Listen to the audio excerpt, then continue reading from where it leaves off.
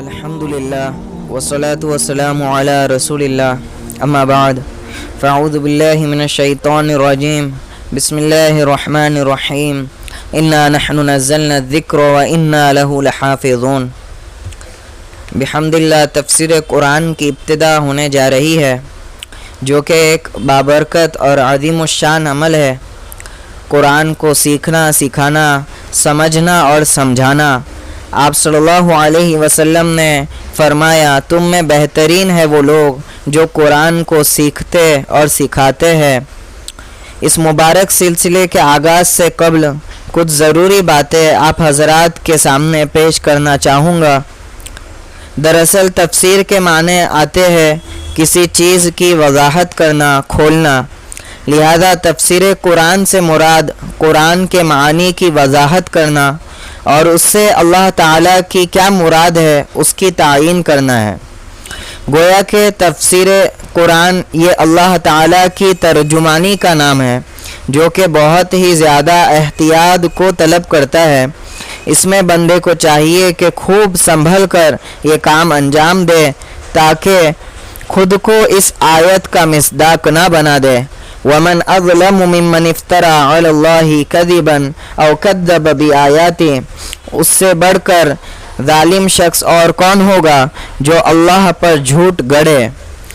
یہی وجہ ہے کہ حضرت ابو بکر صدیق رضی اللہ عنہ، جو کہ تمام صحابہ میں سب سے زیادہ علم والے تھے، جب ان سے پوچھا گیا قرآن کے کسی لفظ کے متعلق تو کہنے لگے، ایُّ سماء تظلنی و ایُّ ارض تقلنی اذا قلت فی کتاب اللہ ما لا اعلم، کہ وہ کون سا آسمان ہے جو مجھے پناہ دے سکے گا اور کون سی زمین ہے جو مجھے ٹھکانہ دے گی اگر میں اللہ کی کتاب کے بارے میں وہ چیز کہہ دوں جو میں نہیں جانتا۔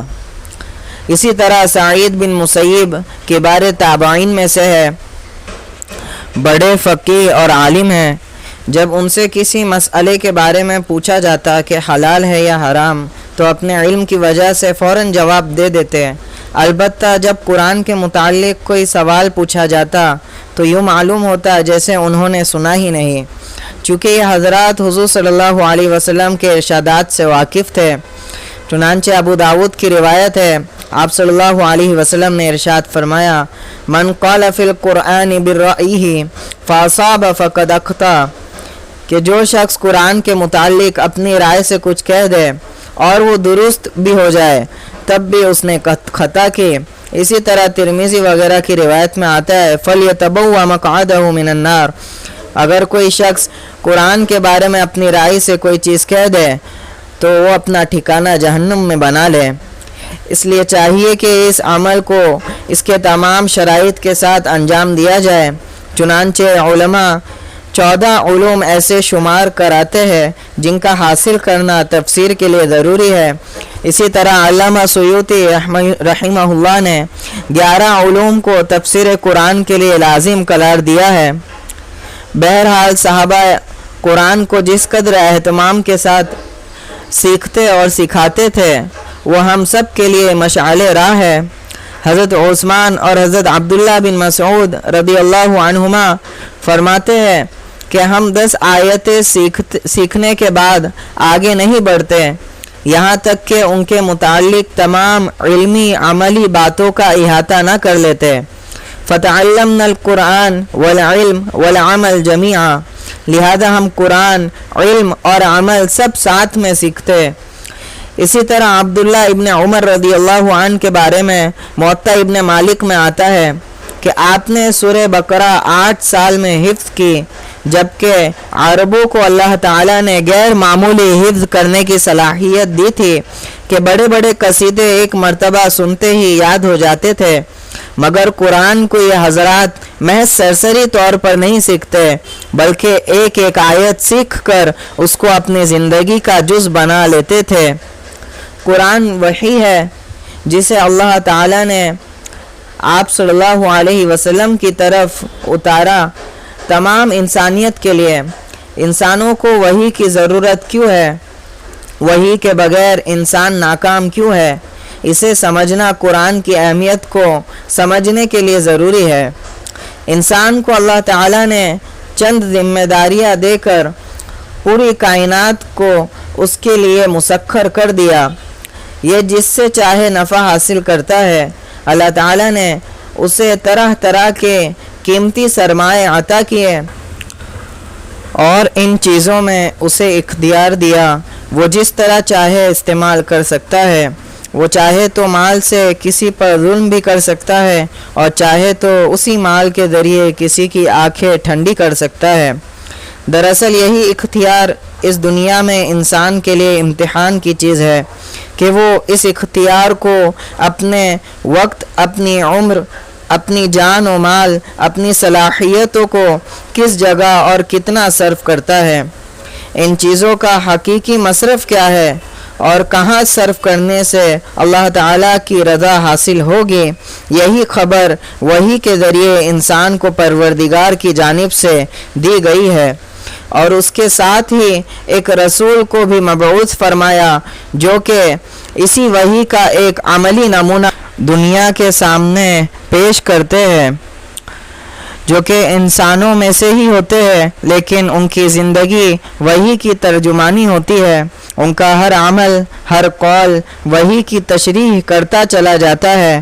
اسی وجہ سے جب ماں عائشہ رضی اللہ عنہا سے آپ صلی اللہ علیہ وسلم کے اخلاق کے متعلق پوچھا گیا تو آپ نے فرمایا کان خلقہ القرآن، کہ آپ کے اخلاق تو قرآن تھے، یعنی قرآن کی عکاسی کرنے والے تھے۔ آپ کی زندگی کا ہر پہلو قرآن کی آیتوں کی تفسیر کرتا چلا جاتا ہے۔ اسی وجہ سے ماخذ تفسیر میں سب سے پہلے تو قرآن کی تفسیر قرآن سے کی جائے گی کہ قرآن یفسر بعضها بعضا، اس کا بعد کی تفسیر کرتا ہے۔ اس کے بعد تفسیر کا ماخذ آپ صلی اللہ علیہ وسلم کی سنت ہے، آپ کے اقوال و افعال ہے کہ یہ تفسیر قرآن کے لیے مرجع ہوں گے جس کے بغیر چارہ کار نہیں۔ اس کے بعد صحابہ کے اقوال کا درجہ ہے کہ وہ آپ سے قرآن کو براہ راست سیکھنے والے ہیں، ان کے فہم و اقوال کو نظر انداز نہیں کیا جا سکتا۔ اس کے بعد کبار تابعین کے اقوال سے رہنمائی حاصل کی جائے گی، اور اس کے بعد لغت عرب کا درجہ ہے، پھر آخر میں تدبر اور استنباط کا موقع ہے، جبکہ وہ اوپر ذکر کردہ ماخذ کے خلاف نہ ہو۔ لہذا وہی انسان کی بنیادی ضرورت ہے جس کے بغیر وہ دنیا آخرت میں کامیاب نہیں ہو سکتا، اپنے بنانے والے کی مرضی نہیں پہچان سکتا۔ وہی حضور صلی اللہ علیہ وسلم پر مختلف طریقوں سے اترتی تھی، جس کی پہلی شکل تو حدیث سے معلوم ہوتی ہے۔ بخاری شریف کی روایت ہے، حضرت عائشہ رضی اللہ عنہا نقل کرتی ہے کہ حارث بن ہشام رضی اللہ عنہ نے آپ صلی اللہ علیہ وسلم سے وحی کی کیفیت کے متعلق دریافت کیا، کیف یاتیک الوحی، کہ آپ پر وحی کس طرح اترتی ہے؟ تو آپ صلی اللہ علیہ وسلم نے ارشاد فرمایا مثل سلسلۃ الجرس، گھنٹی کے مسلسل بجنے کی آواز کی طرح وحی نازل ہوتی ہے۔ اور یہ صورت آپ علیہ السلام نے فرمایا کہ مجھ پر سب سے زیادہ سخت ہوتی ہے۔ خود ماں عائشہ آگے بیان فرماتی ہے کہ میں دیکھتی کہ سخت سردی کے وقت آپ صلی اللہ علیہ وسلم کی پیشانی مبارک پسینے سے شرابور ہوتی تھی۔ وحی کی آواز کو گھنٹی کی آواز سے آپ صلی اللہ علیہ وسلم نے تشبیہ دی کہ گھنٹی کی آواز مسلسل جاری رہتی ہے اور بند نہیں ہوتی۔ اسی طرح وہ آواز کس سمت سے آ رہی ہوتی ہے اس کا علم سننے والے کو نہیں ہوتا، ایسا لگتا ہے کہ چاروں طرف سے وہ آواز آ رہی ہوتی ہے۔ کچھ اسی طرح کی کیفیت حضور پر ہوتی جس کو آپ نے اس مثال کے ذریعے سمجھایا، اور اس کے بعد جب آپ پر سے کیفیت اٹھا لی جاتی تو آپ کو آیت یاد ہو جایا کرتی تھی۔ اسی طرح آپ صلی اللہ علیہ وسلم اگر کسی جانور پر سوار ہوتے اور وہی نازل ہونے لگتی تو اس کی شدت اور بوجھ کی وجہ سے جانور بیٹھ جایا کرتا اور کھڑے ہونے کی تاب نہ لا سکتا تھا۔ اسی طرح زید بن ثابت رضی اللہ عنہ جو کاتب وحی ہے، وہ فرماتے ہیں کہ ایک مرتبہ حضور صلی اللہ علیہ وسلم میرے ران پر سر لگائے ہوئے لیٹے تھے اور آپ پر وحی اترنا شروع ہو گئی تو اس کا بوجھ اتنا تھا کہ مجھے ایسا معلوم ہونے لگا کہ کہیں میری ران کی ہڈی ٹوٹ نہ جائے۔ اسی طرح دوسری صورت وحی اترنے کی یہ ہوتی تھی کہ فرشتہ انسانی صورت میں آپ کے پاس وحی لے کر آتا۔ فرشتے جبرائیل علیہ السلام تھے جو اکثر دحیہ کلبی صحابی رسول رضی اللہ عنہ کی شکل میں آیا کرتے اور یہ صورت سب سے آسان ہوا کرتی تھی۔ تیسری صورت خود جبرائیل علیہ السلام وحی لے کر آتے اور اس طرح کا واقعہ کل ملا کر 3 مرتبہ پیش آیا ہے کہ جب آپ صلی اللہ علیہ وسلم نے جبرائیل علیہ السلام کو ان کی اصل حیت میں دیکھا ہے۔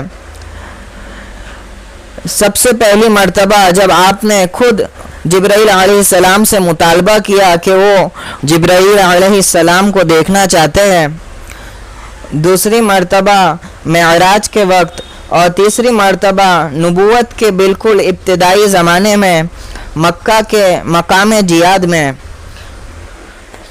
چوتھی صورت وحی اترنے کی وہ یہ تھی کہ براہ راست اللہ سے ہم کلامی ہوتی تھی، جو صرف ایک مرتبہ ہوا ہے، یعنی معراج کے وقت، اور آپ صلی اللہ علیہ وسلم پر سورہ بقرہ کی آخر کی 2 آیتیں اس وقت نازل کی گئی، اور 5ویں صورت حضرت جبرائیل علیہ السلام کا سامنے آئے بغیر آپ کے قلب اطہر پر وحی کا القاء کر دینا ہے کہ آپ پر وحی کا القاء کر دیتے اور آپ کو وہ آیتیں یاد ہو جاتی اور وہ قرآن کا حصہ بن جاتی۔ انہی چند باتوں پر اکتفا کیا جاتا ہے۔ وآخر دعوانا ان الحمد للہ رب العالمین۔